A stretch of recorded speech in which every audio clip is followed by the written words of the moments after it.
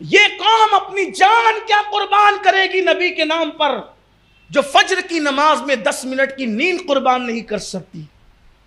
جنہیں 10 منٹ کی نیند قربان کرنا گوارا نہیں، وہ اپنا قیمتی جان کا سرمایہ کیسے لٹائے گی؟ وہ جان قربان کرنے والے قبروں میں سو رہے ہیں، اب تو صرف نعرے رہ گئے، صرف باتیں رہ گئی ہیں۔ آؤ اپنے نبی کا درد محسوس کرو۔ اللہ کے رسول غیب دا نبی صلی اللہ علیہ وآلہ وسلم اپنا گھر چھوڑ کر دار ارقم میں رہتے، کل میں نے اس کی طرح اشارہ کیا تھا،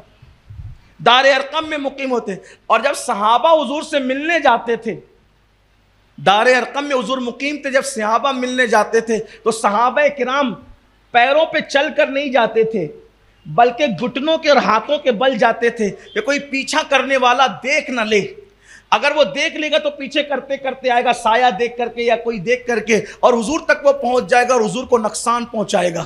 تو میرے آقا علیہ السلام اس طرح دار ارقم میں رہتے تھے، نماز بھی نہیں پڑھ سکتے تھے، کھل کر چھپ چھپ کر نمازیں پڑھی جاتی تھی۔ وہ کیا دن تھے جب نماز پڑھنے پہ مارا جاتا تھا تو وہاں کوئی بے نمازی نہیں تھا، میرے جملے پہ توجہ کریں،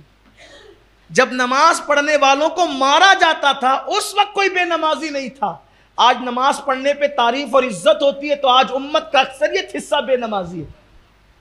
سوچیے ذرا، چھپ کر حضور نماز کا وقت آتا تھا، نماز کا ٹائم،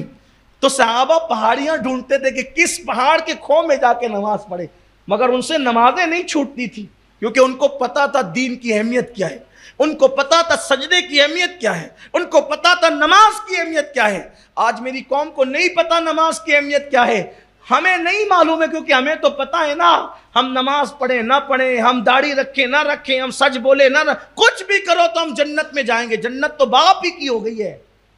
جنت ہی میں تو جانا ہے۔ یہ الٹا سلٹا سبق خدا جانے کس نے پڑھایا،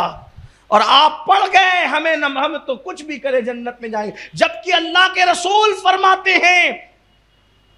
من ترک الصلاۃ متعمدا فقد کفر۔ اس کا لغوی ترجمہ، لفظی ترجمہ یہ کہ جس نے نماز چھوڑ دی جان بوجھ کر وہ کافر ہو گیا۔ اگرچہ ہم حنفی ہونے کی مناسبت سے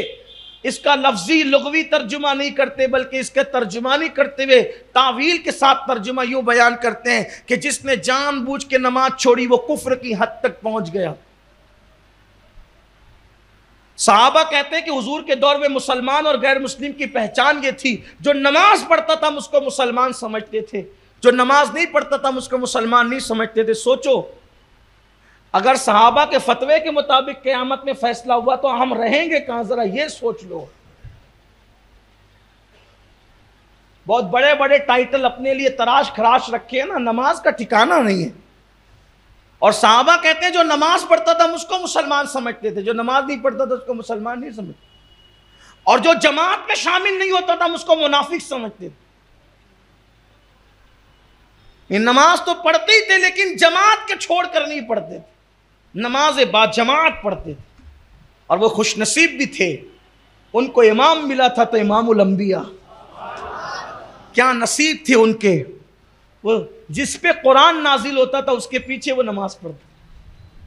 بہرحال